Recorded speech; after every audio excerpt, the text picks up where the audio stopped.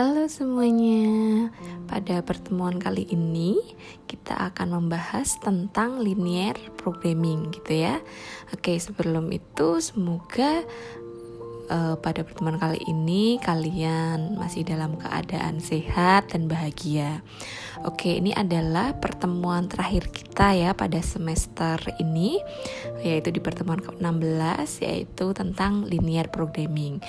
Oke, langsung kita masuk ke pembahasan yang pertama.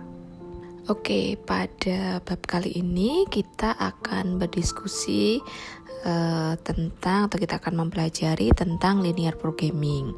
Nah, linear programming ini merupakan pengembangan dari konsep aljabar linear. Nah, konsep aljabar linear ini dikembangkan oleh seorang matematikawan Amerika Serikat gitu yang bernama George B. Dantzig. Nah, pada tahun 1947. Nah, pada awalnya ini teknik ini itu digunakan oleh angkatan bersenjata Amerika gitu ya untuk menyusun strategi perang, terus merencanakan dan memecahkan masalah-masalah logistik. Nah, tetapi pada perkembangan selanjutnya teknik ini diterapkan dalam berbagai ilmu gitu. Tak terkecuali pada dalam ilmu ekonomi dan bisnis gitu ya. Ini juga digunakan oleh para manajer atau pengambil keputusan gitu ya di dalam mengambil keputusan untuk menentukan suatu kebijakan seperti itu. Nah, pada linear programming itu suatu model umum gitu ya yang dapat digunakan dalam pemecahan masalah untuk pengalokasian sumber-sumber yang terbatas secara optimal gitu. Pada ekonomi kan sumber-sumber dayanya itu terbatas gitu ya. Nah, ini jadi model ini kita gunakan untuk pemecahan masalah pengalokasian sumber-sumber yang terbatas biar bisa digunakan secara optimal seperti itu. Nah, masalah yang timbul apabila diharuskan memilih setiap kegiatan yang akan dilakukan. Nah, di mana masing-masing kegiatan itu membutuhkan sumber yang sama sedangkan jumlahnya terbatas seperti itu. Dalam linear programming itu dikenal ada dua bentuk fungsi gitu ya. Nah, yang pertama yaitu fungsi tujuan, objective function, dan yang kedua adalah fungsi batasan atau fungsi kendala atau constraint function seperti itu. Nah, untuk fungsi tujuan itu adalah fungsi yang menggambarkan tujuan atau sasaran yang akan kita sasar atau yang akan kita optimalkan gitu ya. Nah, dalam pengoptimalan tujuan atau sasaran ini itu ada maksimisasi maupun minimisasi seperti itu. Nah, kalau kita masuk misalkan ke dalam teori produksi gitu ya. Nah, untuk mencapai tujuan atau sasaran itu kalau di teori produksi kita pasti akan memaksimalkan produksi. Nah, selanjutnya kalau kita lihat ke ke utility gitu ya, berarti kita akan memaksimumkan utility seperti itu. Nah, tetapi kalau di teori biaya gitu ya, berarti kita akan meminimasi atau meminimalkan biaya yang akan dikeluarkan gitu. Nah, ini berarti intinya dalam mencapai tujuan atau sasaran ini bisa memaksimalkan atau meminimalkan seperti itu. Nah, berkaitan dengan itu berarti ada berkaitan dengan kendala yang harus dihadapi seperti itu. Nah, untuk fungsi tujuan ini biasanya nilainya itu akan dinyatakan sebagai Z seperti itu. Nah, untuk yang kedua adalah fungsi batasan atau constraint gitu ya. Nah, ini merupakan batasan-batasan gitu ya, kapasitas yang tersedia yang akan kita alokasikan gitu secara optimal ke berbagai kegiatan. Nah, misalkan tadi kita akan memproduksi gitu ya. Kalau memproduksi berarti kita mempunyai tenaga kerja dan juga modal. Nah, tenaga kerja dan modal itu kan terbatas gitu ya. Nah, jadi dengan bagaimana caranya sih kita mengoptimalkan tenaga kerja dan juga modal itu agar kita bisa produksinya itu dimaksimal gitu ya. Nah, berarti dengan kita bisa mencarinya dengan linear programming ini seperti itu. Intinya kalau batasan-batasan itu kita punya bahan kapasitas yang terbatas, tapi kita harus mengalokasikannya itu secara optimal ke berbagai kegiatan seperti itu. Nah, jadi ini adalah model baku atau model umum dari program linier gitu ya. Nah, model baku dari program linier ini dapat dirumuskan sebagai berikut gitu ya, untuk mengoptimumkan itu bisa maksimumkan atau minimumkan. Nah, ini di sini Z sama dengan C1 X1 plus C2 X2 plus sampai Cn Xn gitu ya. Ini fungsi tujuan gitu, atau bisa juga kita tuliskan ini Z sama dengan jumlah gitu ya dari Cij dan Xij seperti itu. Nah, terus setelah itu ini ada fungsi kendalanya. Ini ada fungsi untuk dibedakan gitu ya. Fungsi kendalanya itu ada apabila dimaksimumkan atau diminimumkan. Nah, ini kita lihat tandanya di sini. Nah, ini kalau dimaksimumkan ini adalah kurang dari sama dengan BI. Kalau diminimumkan itu adalah lebih dari sama dengan BI, seperti itu. Ini adalah model baku dari program linier, dari fungsi tujuan dan fungsi kendala seperti itu. Pada program linier ini ada 4 asumsi dasar linier programming gitu ya. Nah, yang pertama itu adalah proportionality, yang kedua adalah additivity, yang ketiga adalah divisibility, dan yang keempat adalah deterministic. Nah, kita akan bahas yang pertama adalah asumsi proportionality. Nah, ini adalah naik turunnya nilai Z dan penggunaan sumber atau fasilitas yang tersedia itu akan berubah secara proporsional gitu ya, dengan perubahan tingkat kegiatannya. Jadi ini naik turunnya nilai Z itu dan penggunaan sumber atau fasilitas yang tersedia itu akan berubah secara proporsional dengan perubahan tingkat kegiatan kayak gitu. Nah, terus untuk yang kedua adalah additivity. Nah, ini nilai tujuan tiap kegiatan itu tidak saling mempengaruhi, atau kenaikan dari nilai tujuan Z yang diakibatkan oleh kenaikan suatu kegiatan itu dapat ditambahkan tanpa mempengaruhi bagian nilai Z yang diperoleh dari kegiatan yang lainnya. Seperti itu. Terus untuk yang ketiga adalah divisibility. Ini keluaran yang dihasilkan oleh setiap kegiatan itu dapat berupa bilangan pecahan gitu. Nah, demikian pula nilai Z yang dihasilkan. Nah, jadi ini keluarannya itu yang dihasilkan dari kegiatan ini dapat berupa bilangan pecahan seperti itu. Terus untuk yang deterministik ini semua parameter yang terdapat dalam metode linear programming gitu ya. Itu ada A, I, J, BI, dan CI gitu ya. Ini dapat diperkirakan dengan pasti meskipun jarang dengan tepat seperti itu. Jadi parameternya ini yang terdapat dalam metode linear programming dapat diperkirakan gitu ya, walaupun jarang dengan tepat seperti itu. Ini adalah 4 asumsi dasar dari linear programming. Dalam merumuskan model linear programming ini ada langkah-langkahnya. Nah, ini langkah yang pertama yaitu adalah mendefinisikan variabel keputusan atau decision variable, yaitu variabel yang nilainya akan dicari. Terus untuk yang kedua adalah merumuskan fungsi tujuan. Nah, ini maksimisasi atau minimisasi. Dan juga tentukan koefisien dari variabel keputusan. Oke, dan yang ketiga adalah merumuskan fungsi kendala sumber daya.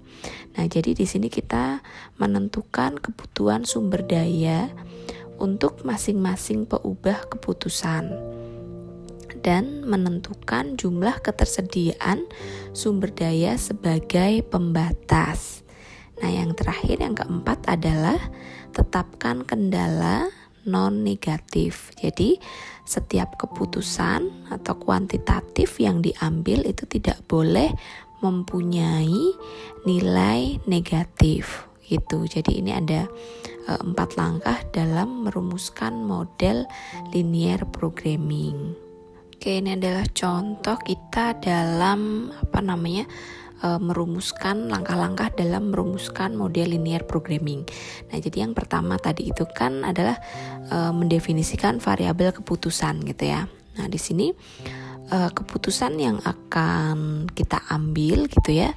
Nah, jadi di sini berapakah jumlah meja dan kursi yang akan kita produksi.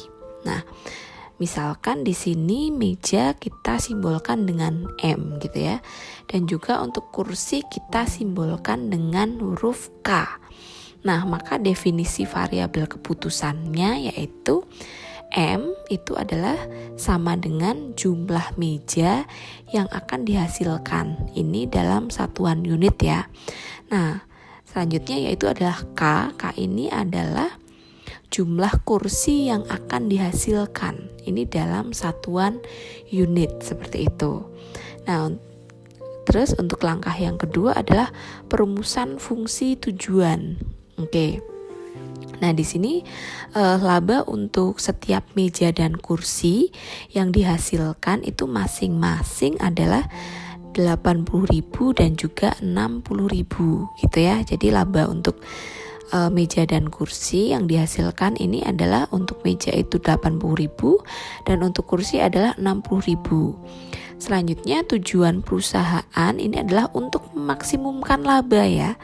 Nah, di sini untuk memaksimumkan laba dari sejumlah meja dan kursi yang dihasilkan gitu.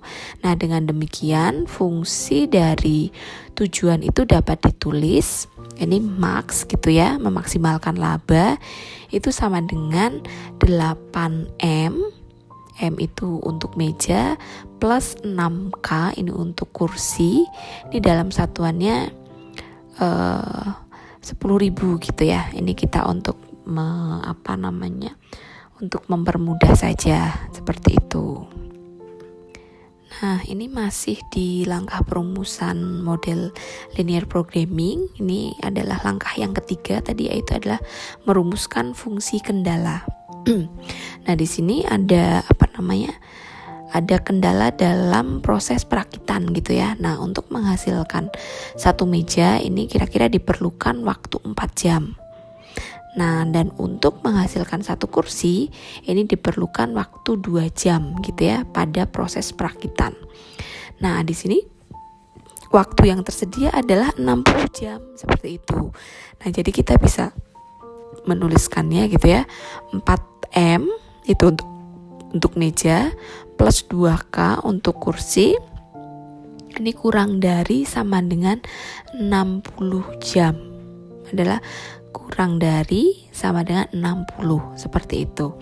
Nah, terus yang kedua ini adalah kendala pada proses pemolesan.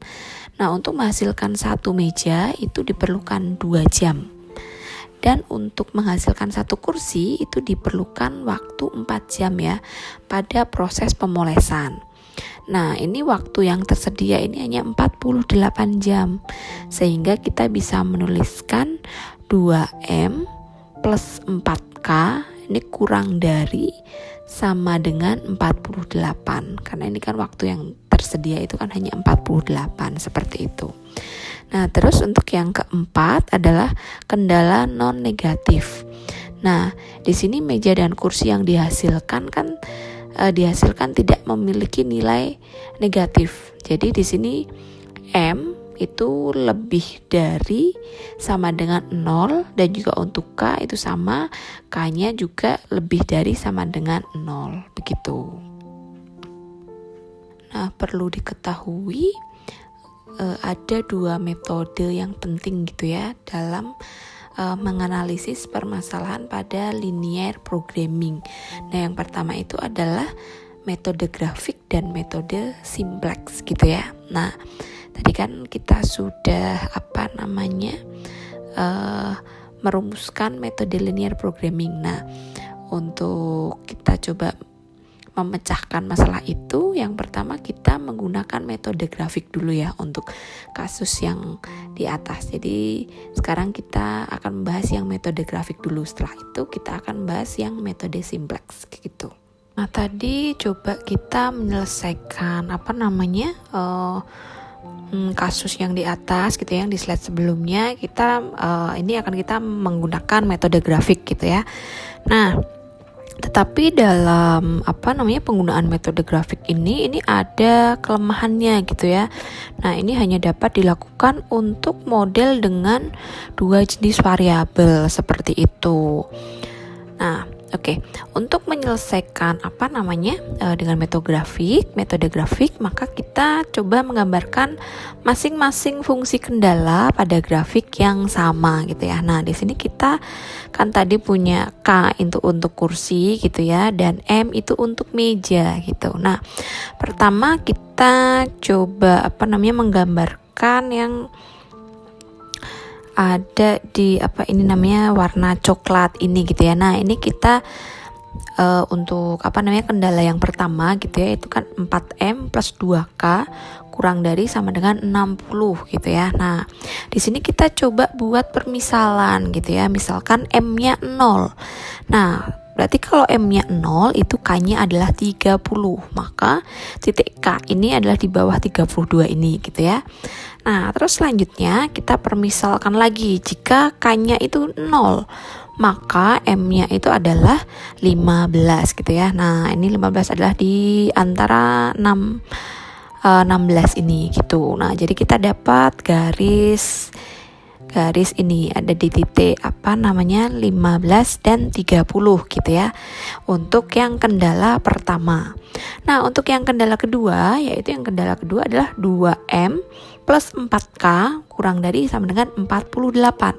Nah, caranya sama, kita coba permisalkan dulu dengan kalau M-nya 0, maka K-nya adalah 12. Maka K-nya adalah di titik 12. Gitu ya. Oke, selanjutnya kita permisalkan lagi. Kalau K-nya 0, maka M-nya berapa gitu kan? Nah, kalau K-nya 0, M-nya adalah 24. Nah, maka kita tarik titik tadi di K-nya 12, M-nya adalah 24. Nah, kita tarik garis ini. Seperti itu. Gitu ya. Untuk permisalan Nah, jadi kita di sini sudah dapat grafik untuk kendala 1 dan kendala 2 gitu. Nah, di sini kita lihat ada warna hijau gitu ya. Nah, ini adalah visible region gitu ya, yang memungkinkan untuk kita memperoleh laba yang maksimum gitu ya di sini ini. Oke, dan juga kita bisa melihat, coba kita di sini untuk menentukan laba gitu kan, tadi adalah rumusnya adalah 8M plus 6K gitu ya. Nah, kita lihat pada kita coba lihat pada titik A ini. Nah, coba kita di sini kalau kita tidak memproduksi meja gitu ya, M-nya 0 gitu ya, maka kita bisa memproduksi di titik ini kita bisa memproduksi K itu adalah 12. Nah, coba kita lihat di sini, berarti kalau M-nya 0, maka 8 kali 0 itu 0, plus 6 kali 12 itu adalah 72. Maka laba di titik A ini adalah 72 gitu ya. Kalau yang pada titik A ini kan dia tidak memproduksi meja gitu misalkan gitu. Nah, terus yang selanjutnya adalah pada titik B. Ini kita misalkan memproduksi meja itu 12 gitu ya. Memproduksi meja 12 dan juga memproduksi K-nya itu 6 gitu. Oke. Maka labanya berapa? Berarti 8 dikali 12 ditambah 6 kali 6 adalah sama dengan 132. Nah, ini pada titik C. Kalau titik B ini adalah kan dia perpotongan dari kendala yang pertama dan juga kendala yang kedua gitu ya. Nah, terus yang pada titik C ini kita lihat misalkan kita ini tidak memproduksi kursi, K-nya itu 0 gitu ya. Dan memproduksi meja 15. Nah, labanya berarti 8 dikali 15 plus 6 kali 0. Berarti 8 kali 15 adalah 120 gitu. Nah, dari sini kita bisa lihat gitu ya. Kita bisa lihat kalau pada titik B inilah adalah kita memperoleh laba yang maksimum gitu ya. Memperoleh laba yang paling banyak adalah pada titik B ini. Perpotongan dari fungsi kendala 1 dan fungsi kendala 2. Nah, dan ini masih ada di titik-titik di daerah yang di warna hijau begitu. Oke, untuk lebih jelas lagi kita coba belajar lagi gitu ya. Ini ada contoh kasus gitu ya. Nah, sebut saja ini adalah PTN gitu ya, mempunyai pabrik gitu ya yang menghasilkan 2 jenis produk, yaitu untuk interior dan juga untuk eksterior gitu ya. Nah, bahan baku untuk cat tersebut adalah bahan A dan bahan B. Nah, ini yang masing-masing tersedia maksimum 6 ton dan juga 8 ton per hari. Nah, kebutuhan masing-masing jenis cat per ton ini terhadap bahan baku disajikan pada tabel berikut gitu ya. Nah, di sini kita bisa lihat tabelnya, ada bahan bakunya, ini ada bahan A dan bahan B. Nah, untuk kebutuhan bahan baku per ton cat gitu ya, ada eksterior dan interior. Nah, ini untuk yang bahan A untuk eksteriornya 1, untuk interiornya adalah 2. Terus untuk yang bahan B, untuk yang eksteriornya adalah 2, interiornya adalah 1. Nah, ketersediaan maksimumnya ini adalah untuk bahan A, ini akan adalah 6 ton. Dan juga untuk bahan B, itu adalah 8 ton per hari. Seperti itu. Nah, permintaan harian dari cat interior itu lebih tinggi dari permintaan cat eksterior. Nah, tetapi tidak lebih dari 1 ton per hari. Sedangkan permintaan cat interior ini maksimum adalah 2 ton per hari. Seperti itu. Terus harga cat interior dan eksterior ini masing-masing adalah 3.000 dan 2.000. Nah, yang ditanyakan adalah berapa masing-masing cat harus diproduksi oleh perusahaan untuk memaksimumkan pendapatannya gitu. Nah, dari contoh kasus di atas di slide sebelumnya gitu ya, di PTN gitu. Nah, ini kita langkah pertama adalah merumuskan model linear programming. Nah, yang pertama adalah kita mendefinisikan variabel keputusannya gitu ya. Nah, ini CE itu adalah jumlah cat eksterior yang diproduksi, ini ton per hari. Ini CE cat eksterior gitu ya.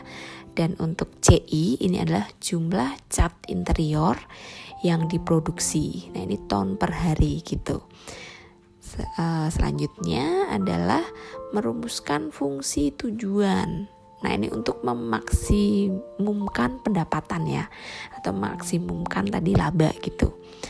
Nah, ini Z sama dengan 3CE plus 2CI, ini dalam ribuan. Jadi ini dilihat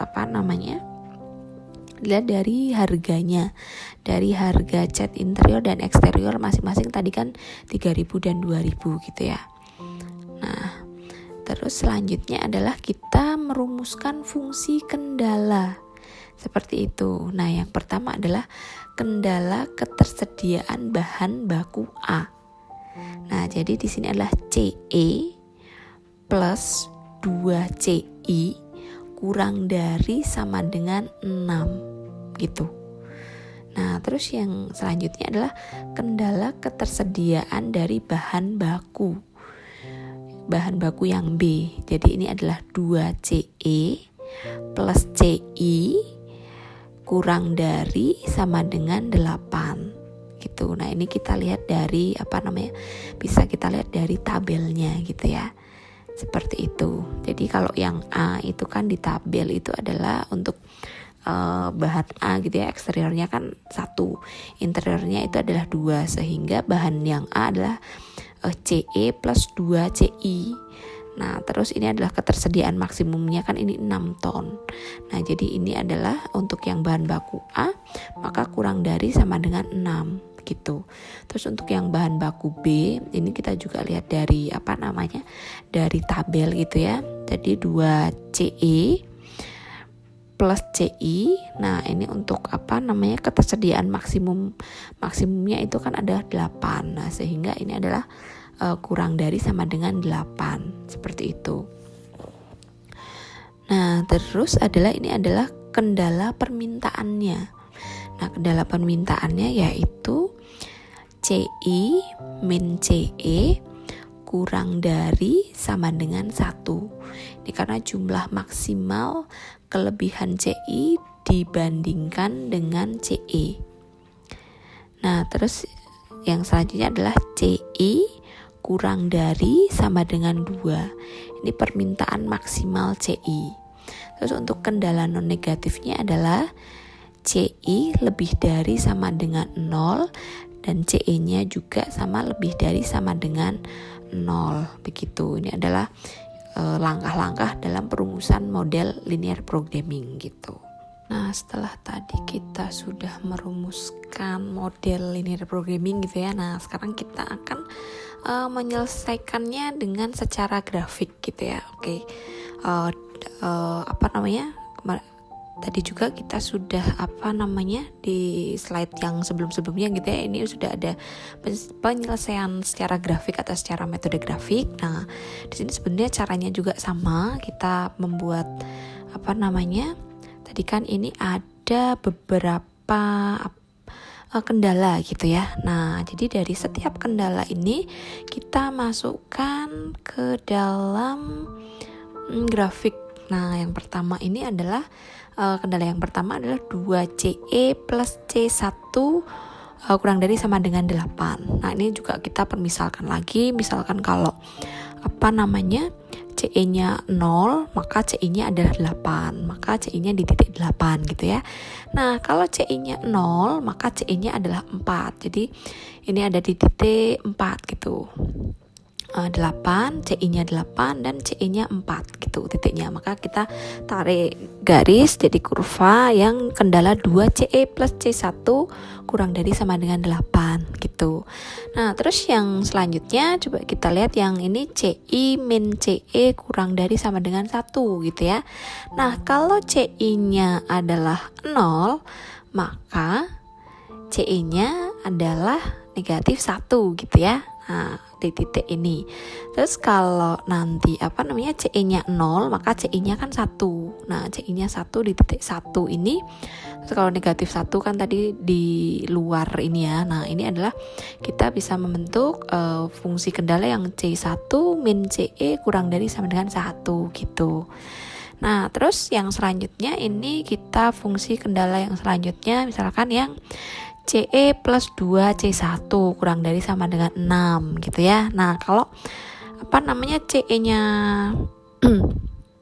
0 gitu ya, maka CI-nya adalah 3 gitu. Nah, kalau CI-nya 0, maka CI-nya adalah 6. Ini ada di titik 6 gitu ya.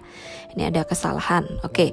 Nah, selanjutnya yang fungsi kendala yang selanjutnya adalah CI kurang dari sama dengan 2 gitu. Nah, sehingga ini bentuknya adalah mendatar dari titik 2 ini, seperti itu. Jadi bisa dilihat di sini yang CI kurang dari sama dengan 2, ini kurvanya ini mendatar dari titik 2. Seperti itu. Nah, setelah kita sudah semua kendala itu kita sudah masukkan di dalam grafik gitu ya. Nah, selanjutnya kita memperoleh nih titik-titik yang ada di visible region ini.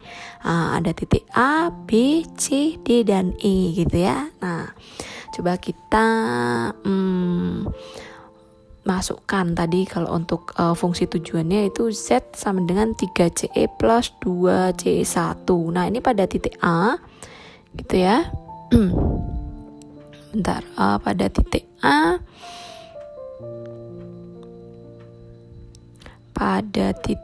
ini Z sama dengan 3 kali 0 gitu ya. CE-nya itu adalah 0 gitu ya, plus 2 kali 1, CI-nya akan adalah 1 gitu, sama dengan 2. Terus pada pada titik B, ini adalah titiknya adalah CE-nya itu adalah CE-nya adalah 1. Terus CI-nya adalah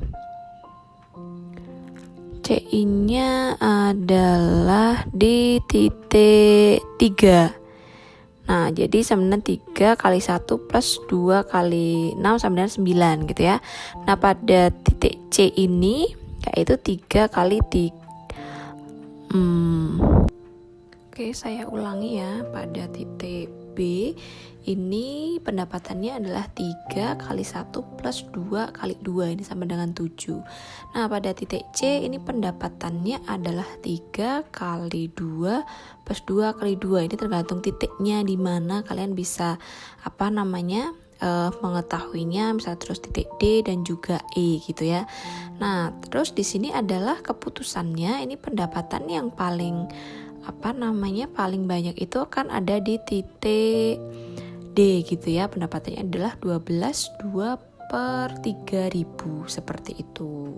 Oke, setelah tadi kita akan membahas yang metode grafik gitu ya, pemecahan masalah dari linear programming itu dengan metode grafik.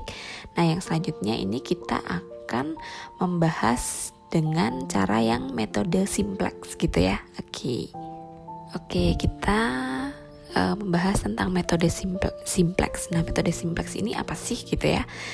Nah, metode simplex ini adalah suatu metode gitu ya, yang secara matematis itu dimulai dari suatu pemecahan dasar yang visible atau basic visible solution gitu, ke pemecahan dasar visible lainnya yang dilakukan secara berulang-ulang atau literatif.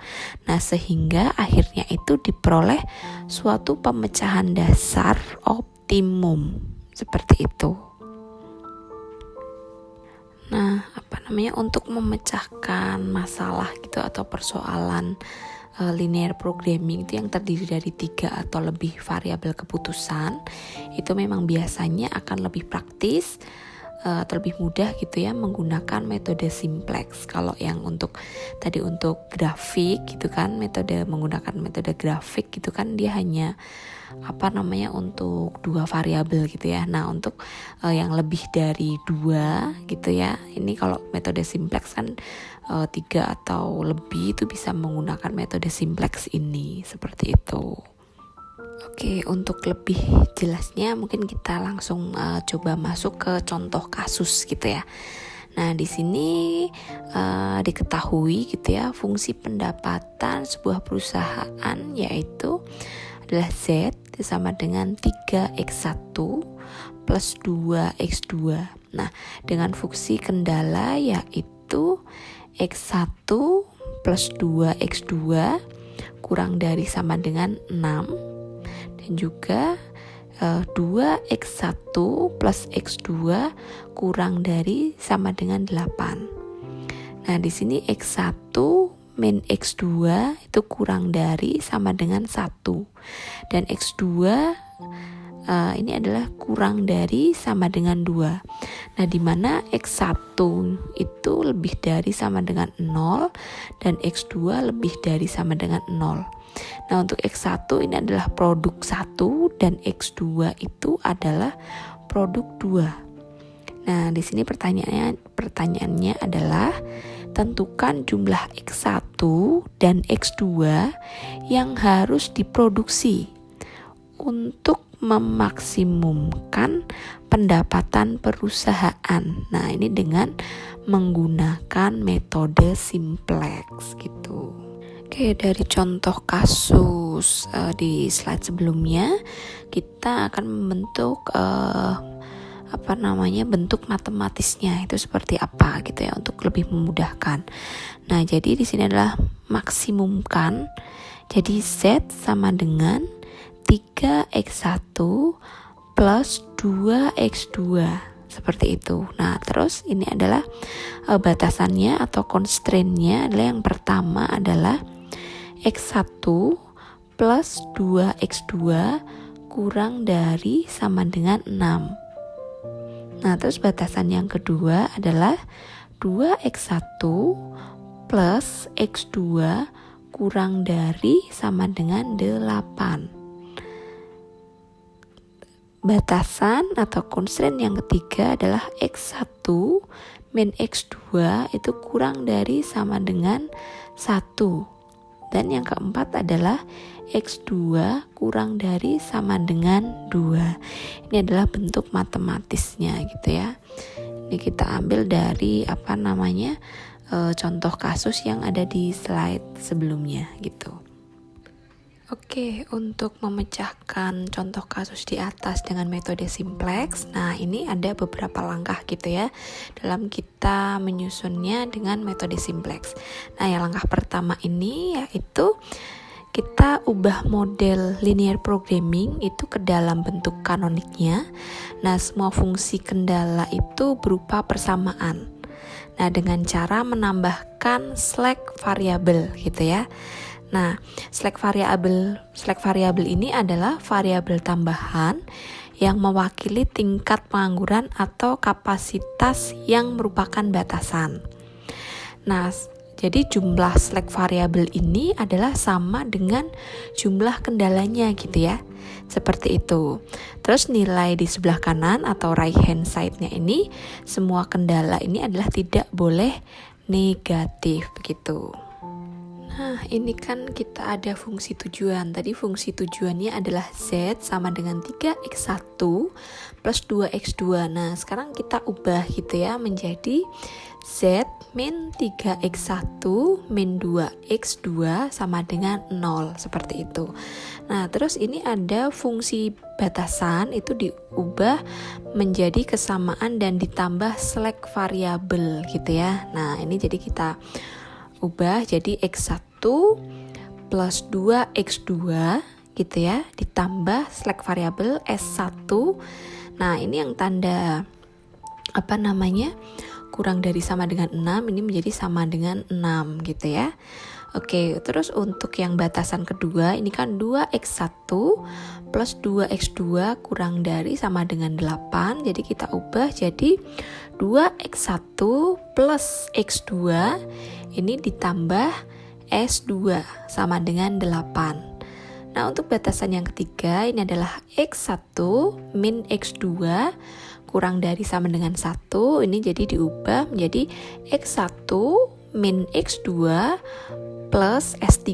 S3 ini slack variabelnya ya, sama dengan 1. Nah, yang selanjutnya yang keempat adalah X2 kurang dari sama dengan 2. Ini jadi X2 ditambah S4 sama dengan 2 gitu. Nah, selanjutnya dalam metode simplex ini adalah langkah yang kedua. Nah, langkah yang kedua ini adalah kita menyusun persamaan-persamaan ke dalam tabel simplex gitu ya. Untuk langkah kedua, kita menyusun persamaan ke dalam tabel simplex. Kalau yang langkah pertama ini tadi mengubah model gitu ya, linear programming ke dalam bentuk kanoniknya gitu. Oke, yang kedua ini adalah kita menyusun persamaan-persamaan tadi yang sudah kita buat ini ke dalam tabel simplex gitu. Nah, di sini ada beberapa istilah ya dalam metode simplex. Ini ada NK dan juga ada variabel dasar atau VD. Nah, NK ini adalah nilai kanan persamaan, yaitu yang di belakang tanda sama dengan gitu ya. Tadi yang ada di slide sebelumnya. Nah, untuk batasan 1 gitu ya, tadi nilai kanannya itu yang di belakang tanda sama dengan adalah 6, dan yang batasan kedua itu sebesar 8, dan batasan ketiga itu adalah sama dengan 1, dan batasan keempat ini adalah sebesar 2, seperti itu. Nah, terus selanjutnya ini adalah variabel dasar atau VD. Ini adalah variabel yang nilainya itu sama dengan sisi kanan dari persamaan. Nah, pada persamaan X1 plus 2, X2 plus S1 itu sama dengan 6. Jadi kalau di sini belum ada kegiatan apa-apa, maka bisa kita artikan bahwa X1 dan X2-nya ini adalah 0 gitu ya. Dan semua kapasitas produksi ini masih menganggur. Maka pengangguran produksi ada 6 satuan atau nilai S1 itu sama dengan 6 gitu ya. Nah, pada tabel tersebut nilai variabel dasar S1, S2, S3, dan S4 ini pada fungsi tujuan pada tabel permulaan ini harus 0 dan nilainya pada batasan-batasan bertanda positif gitu. Nah, ini untuk langkah kedua tadi kan kita membuat tabel simplex tabel simplex gitu ya. Nah, dan ini kita bisa lihat tabel simplex ini. Nah, ini kita peroleh itu dari persamaan yang sudah kita buat tadi gitu ya di langkah pertama gitu. Ini ada yang fungsi tujuan dan fungsi kendala gitu ya. Yang fungsi tujuan itu Z min 3x1 min 2x2 sama dengan 0. Nah, jadi kita masukkan ke tabel simplex ini. Nah, untuk Z-nya itu 1 gitu ya. Terus untuk X1-nya itu adalah min 3 dan juga X2-nya ini adalah min 2. Untuk yang fungsi tujuan atau Z ini untuk S1 sampai dengan S4 karena tidak ada, maka kita tuliskan 0 gitu ya. Dan NK ini kan nilai kanannya adalah 0, maka kita masukkan 0 seperti itu. Nah, selanjutnya adalah yang fungsi kendala yang pertama gitu ya. Ini fungsi kendala yang pertama, di sini ada X1 plus 2X2 gitu ya, plus S1 sama dengan 6. Oke, langsung kita masukkan aja gitu ya. Nah, untuk Z-nya ini kan adalah 0. Untuk S1 di sini Z-nya adalah 0. Terus untuk X1-nya ini adalah 1, X2-nya ini adalah 2. Terus S1-nya adalah 1, S2, S3, dan S4-nya adalah 0, dan nilai kanannya ini adalah atau NK-nya ini adalah 6.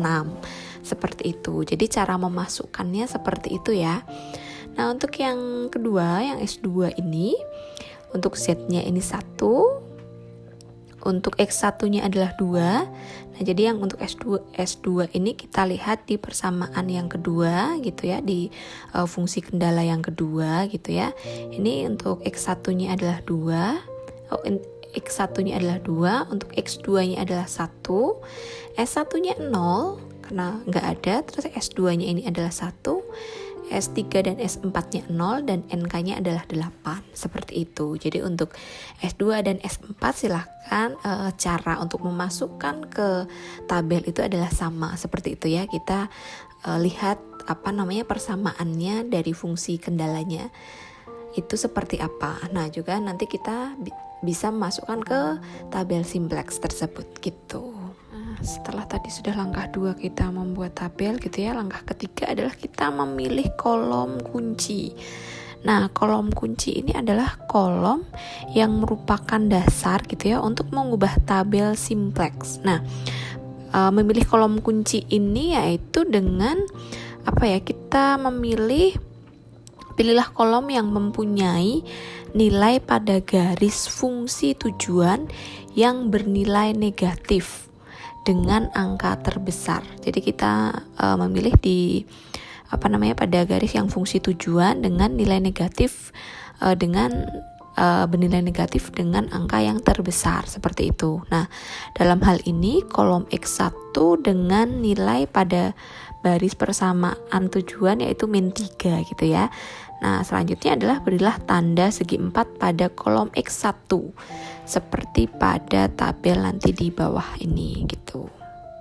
Nah, jadi kita sudah kasih kotak gitu ya di X1. Nah, X1 ini yang nilai negatifnya adalah yang terbesar seperti itu ya.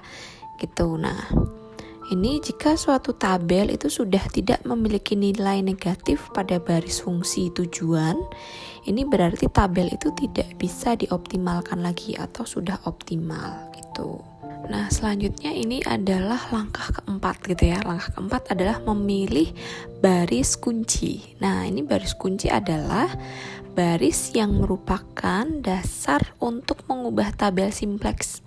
Nah, dengan cara ini mencari indeks tiap-tiap baris dengan membagi nilai-nilai pada kolom NK gitu ya.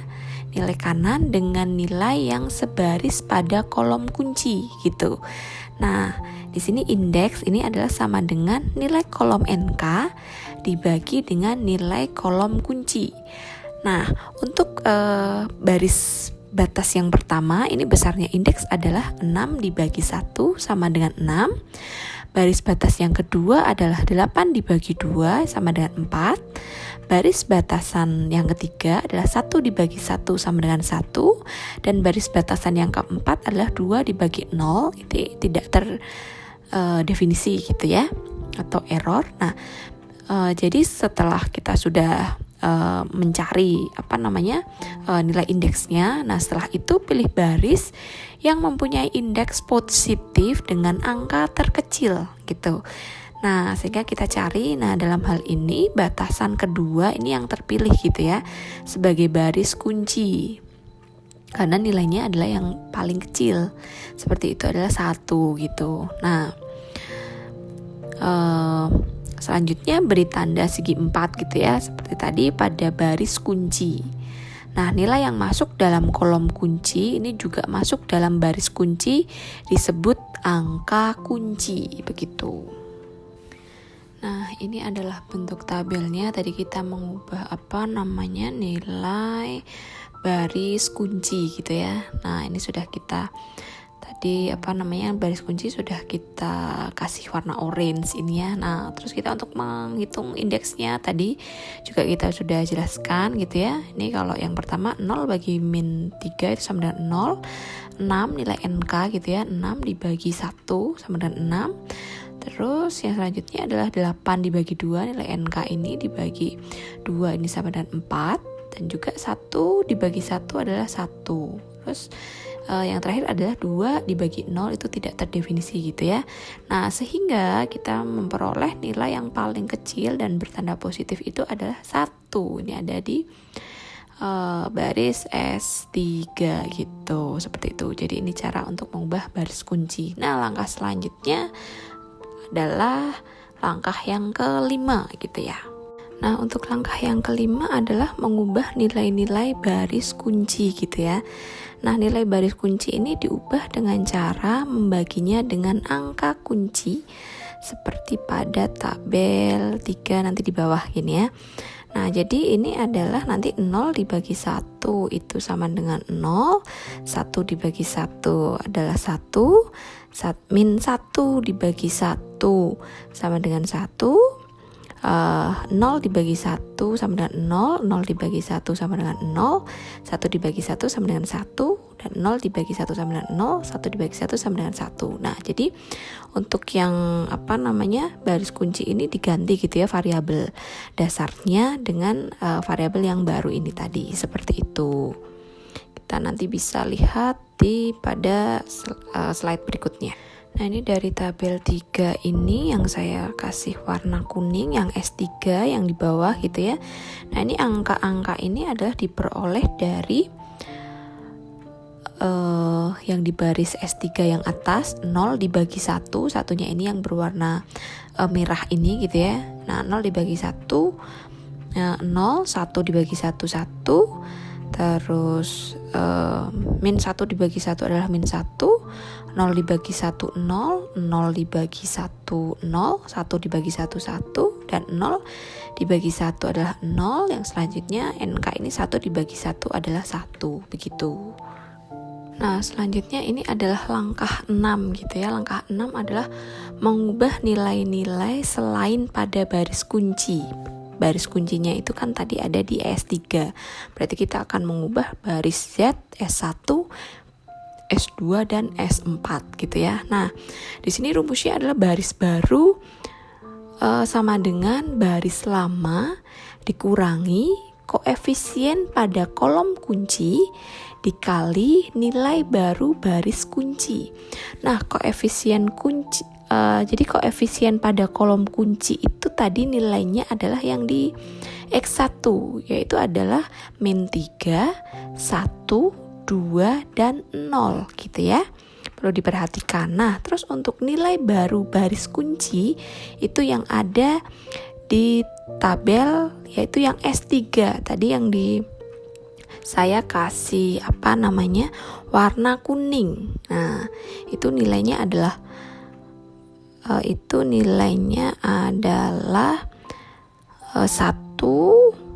min 1, 0, 0, 1, 0, dan 1 gitu ya. Nah sekarang kita cari yang di baris pertama atau baris Z gitu ya. Nah baris pertama, jadi ini baris lama adalah min 3 gitu ya, dikurangi dalam kurung min 3 dikali nilai baru baris kunci adalah 1, jadi min 3 dikurangi min 3 kali 1. Ini adalah kan min 3, jadi min 3 kali jadi min 3 dikurangi min 3 berarti kan min 3 ditambah 3 gitu ya, jadi sama dengan 0 seperti itu. Nah terus yang selanjutnya adalah baris lamanya adalah min 2 dikurangi min 3 kali kali min 1, ini adalah sama dengan min 5. Nah ini untuk nilai barunya berturut-turut adalah 0, min 5, 0, 0, 3, 0, 3. Nah ini intinya kita masukkan nilai-nilai ini tadi pada rumus gitu ya. Nah ini juga berlaku untuk yang baris kedua gitu ya, untuk batasan 1. Jadi kita yang baris lamanya kita masukkan dulu di sini ada 1, 2, 1, 0, 0, 0, dan 6. Nah terus koefisien pada kolom kuncinya adalah 1, terus nilai baru baris kuncinya adalah 1, min 1, 0, 0, 1, 0, 1. Nah ini kita masukkan dalam rumus, terus kita mendapatkan nilai barunya adalah 0, 3, 1, 0, min 1, 0, dan 5 seperti itu.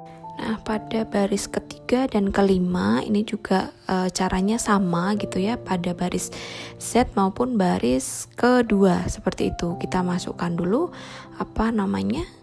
baris lamanya, terus untuk koefisien pada kolom kuncinya ini adalah 2, dan juga kita masukkan nilai baru baris kunci gitu ya. Sama juga untuk baris yang kelima, ini baris yang lamanya kita masukkan dulu, dan juga nilai koefisien pada kolom kuncinya itu adalah 0. Nah sehingga baris yang ketiga kita peroleh nilai barunya adalah 0, 3, 0, 1, min 2, 0, 6. Untuk yang baris kelima kita peroleh nilai barunya adalah 0, 1, 0, 0, 0, 1, dan 2. Jadi ini dimasukkan ke rumus yang di langkah 6 gitu ya, seperti itu. Nah setelah selesai maka kita memperoleh hasil iterasi 1 gitu ya. Nah yang di atas ini adalah yang kolom yang lama. Nah yang di bawah ini yang saya kasih warna biru ini adalah hasil yang baru gitu ya, nilai yang baru. Nah padahal di sini di hasil yang baru ini nilai Z-nya kita masih mendapatkan nilai negatif 5 gitu ya. Nah berarti Karena masih ada minus 5, berarti kan ini belum optimal ya, maka perlu kita cari lagi kita harus masuk lagi ke langkah yang selanjutnya gitu. Nah, karena tadi itu nilai pada Z itu masih ada yang negatif 5, maka ini kita harus melakukan langkah yang selanjutnya. Langkah yang ke-7 adalah melanjutkan perbaikan gitu ya. Nah, ini adalah kita ulangi langkah-langkah perbaikan mulai pada langkah yang ke-3 gitu ya, sampai langkah ke-6 untuk memperbaiki tabel-tabel yang telah diubah atau memperbaiki nilainya. Nah, perubahan ini baru berhenti setelah pada baris pertama atau fungsi tujuan gitu ya. Tidak ada yang bernilai negatif. Jadi kita melakukan iterasinya sampai berapa ya, nanti tergantung dari nilai Z-nya ini tidak ada yang negatif. Mungkin bisa sampai iterasi 2 atau ke-3 seperti itu, atau sampai 4 ke 5 gitu ya, tergantung nanti dari nilai Z-nya ini sampai tidak ada yang bernilai negatif.